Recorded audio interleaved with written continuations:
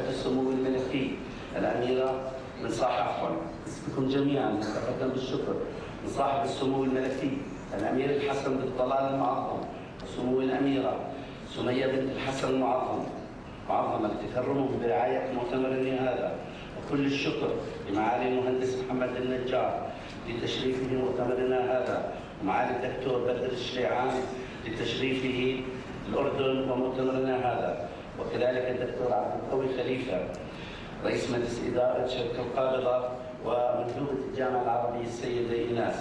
الشكر لكم جميعا أصحاب العطوفة والسعادة والأخوة المشاركين، ولا ننسى أن نتقدم بجزيل الشكر لجميع الحكومات والمنظمات والهيئات العربية والدولية التي دعمت الجمعية منذ تأسيسها. كل الشكر للأخوة أعضاء الجمعية وأعضاء مجلس الإدارة على الدعم المتواصل للأمانات العامة والتي ساهمت بشكل كبير على تحقيق الأهداف. وفي الختام نرفع إلى صاحب الجلالة الملك عبد الله الثاني بن حسين أعزه الله أجمل آيات الشكر والعرفان على دعم حكومته للجميع، سائلين المولى أن يمتعه بوافر الصحة والعافية، والسلام عليكم ورحمة الله وبركاته. On this very auspicious occasion, the Senate of the State of Delaware has passed a tribute in honor of this occasion, and I'd like to take this opportunity to read just a bit of the tribute from the Senate of the State of Delaware of the United States. This tribute, be it hereby known to all that the entire Senate of the 146th General Assembly of the State of Delaware joins Senator Harris B. McDowell III in paying tribute to the Arab Countries Water Utilities Association for its outstanding efforts to provide clean water and sanitation services to the citizens of the Middle East and North Africa, and recognizes the observance of Arab Water Week. It is my honor to present this to this occasion. Thank you very much.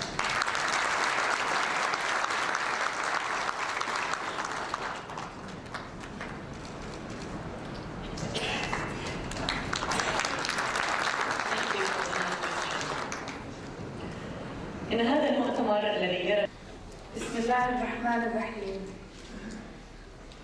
الحمد لله رب العالمين القائل في كتابه الكريم: وجعلنا من الماء كل شيء حي أفلا يؤمنون. والصلاة والسلام على النبي العربي الهاشمي الأمين وعلى آله وصحبه أجمعين. معالي الدكتور السيد بدر شبيب الشريعان وزير الكهرباء والمياه الكويتي، معالي الدكتور محمد النجار وزير المياه والري الأردني، أصحاب المعالي والعطوفة والسعادة، السيدات والسادة الأفاضل، الحضور الكرام، السلام عليكم ورحمة الله وبركاته.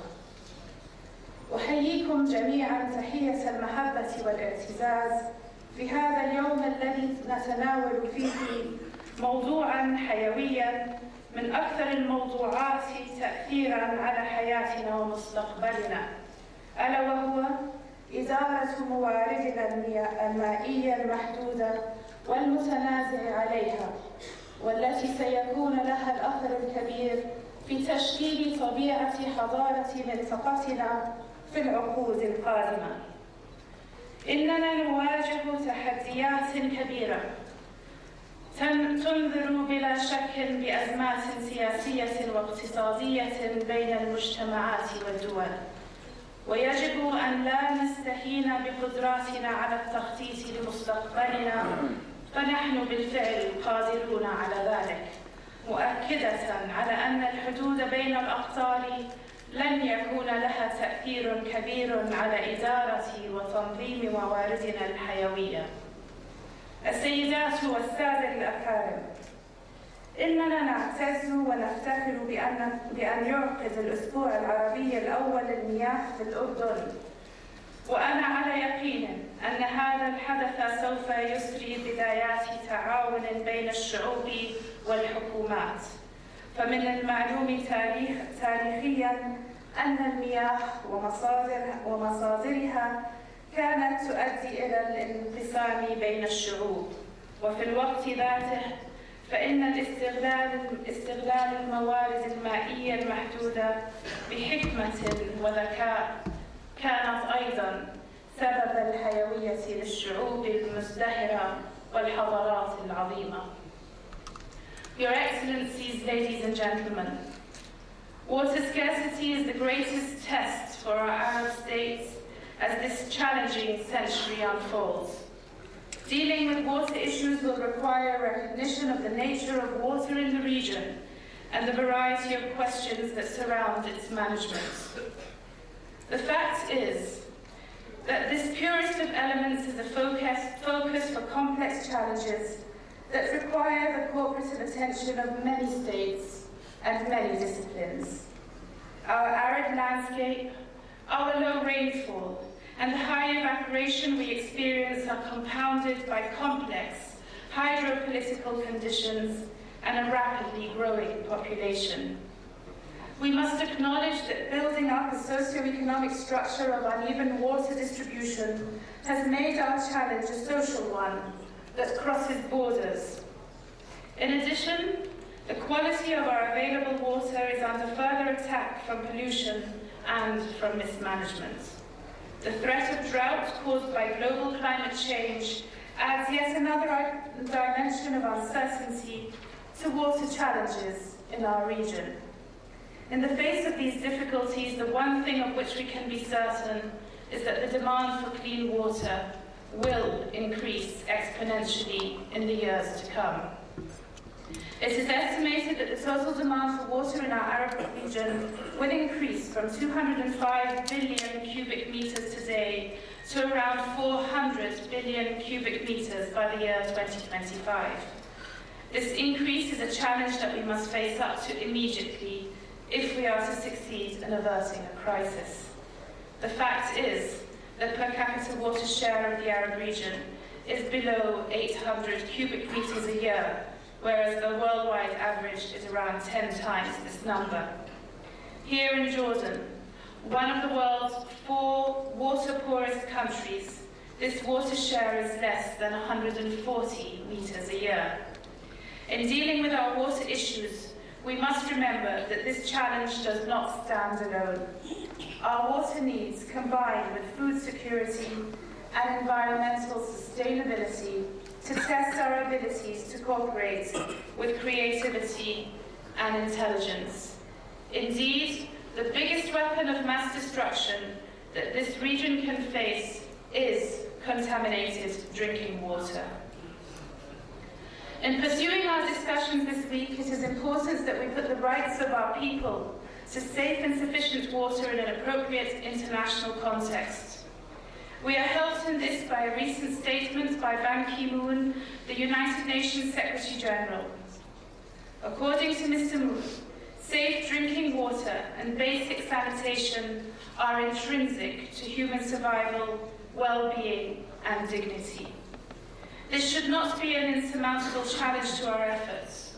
A UNESCO report of 2006 found that globally there is enough water for everyone, but that access to it is hampered by mismanagement and corruption.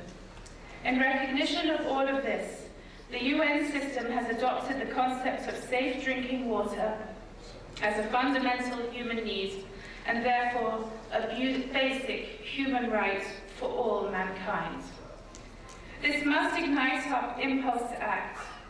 The UN World Water Development Report of 2003 from the World Water Assessment Programme has predicted that in the next 20 years the quantity of water available to the global population will decrease by some 30%, and even today around 40% of our world's inhabitants have insufficient fresh water for minimal hygiene.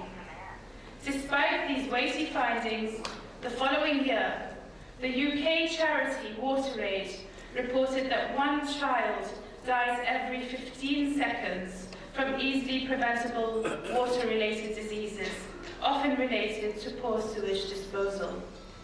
This is a background to progress in global thinking that we must follow in our region. The UN General Assembly formally recognized the right to water and sanitation through its support of a resolution initiated by Bolivia on the 28th of July of this year. Resolution 64292 acknowledges that clean drinking water and sanitation are integral to the realization of all human rights. Ladies and gentlemen, this is both our marker and our challenge. The wording of this historic resolution welcomed the vital work carried out by the independent expert on human rights obligations related to access to safe drinking water and sanitation. The resolution further calls upon states and international organizations to provide financial resources to help build capacity and transfer technology to help other countries to provide safe, clean, accessible and affordable drinking water and sanitation for all. Whilst this resolution is non-binding and a long way from a treaty on the right to water and sanitation, it is still a vital and welcome step in the right direction. The nature of ownership of water supply and distribution networks is a vital consideration for our future deliberations. I firmly believe that we must involve private entrepreneurship and ingenuity in the provision of adequate water supplies. However, we must ensure that the state retains the power to protect and provide for all its citizens when granting commercial licenses for water production and purification. At my institution, the Royal Scientific Society, we believe that the management of water resources may be placed in private hands as long as the government retains controls of sources and supply. In fact, we believe in what we would call an interdependent relationship. We at the Royal Scientific Society are responsible for the monitoring of water at over 22 different water monitoring stations throughout the Hashemite Kingdom of Jordan that feed information directly to the Ministry of Water, Agriculture, Health and Environment. It is this kind of example of public and private sector partnership, but that bring in the third sphere, that of NGOs, civil society and academia, that may prove to be our best option in operating, maintaining, upgrading and expanding the provision of water infrastructure for our citizens. We might well expect users to pay for the operation of water infrastructure and for providing quality services according to their demands and their abilities to pay. However, it is vital that we all